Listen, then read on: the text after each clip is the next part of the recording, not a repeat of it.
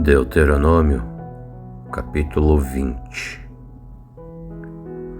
E Moisés disse ao povo: quando vocês saírem para combater o inimigo, e vocês virem que eles têm muito mais soldados que vocês, e que eles têm muitos cavalos e carros de guerra, não fiquem com medo, pois o Senhor, o nosso Deus, que nos livrou do Egito, está com vocês.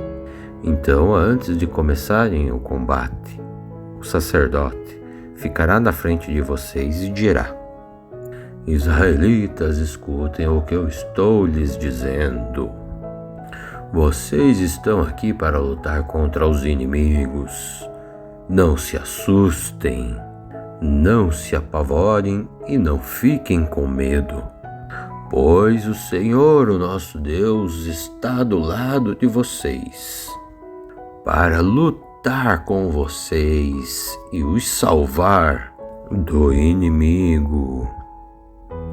E depois disso, os oficiais dirão: se há alguém aqui que construiu uma casa, mas não teve tempo de morar nela, então que volte para casa, senão pode acontecer que ele morra na batalha. Então outro homem venha a morar na casa que ele construiu e não morou. E se houver aqui algum homem que plantou parreiras, mas que ainda não colheu as uvas, então que volte para casa, senão pode acontecer que ele morra na guerra, e outro homem colha as uvas que ele plantou.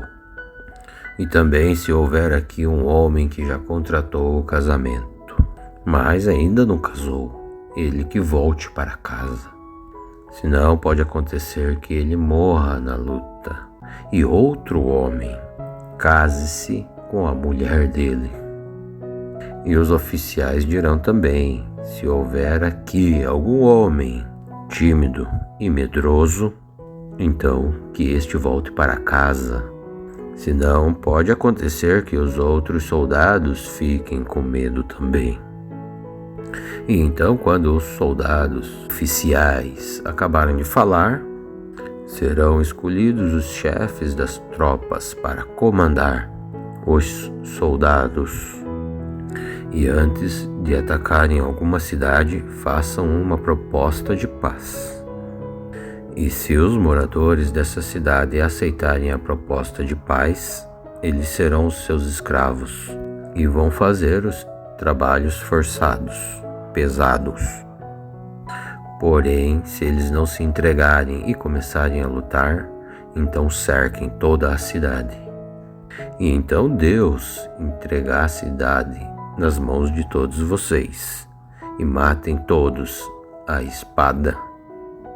Mas fiquem com as mulheres, as crianças e todos os objetos de valor e todos os animais que encontrarem na cidade, pois o Senhor, o nosso Deus, lhes dará tudo o que era do inimigo, e vocês usarão tudo isso para o seu próprio bem.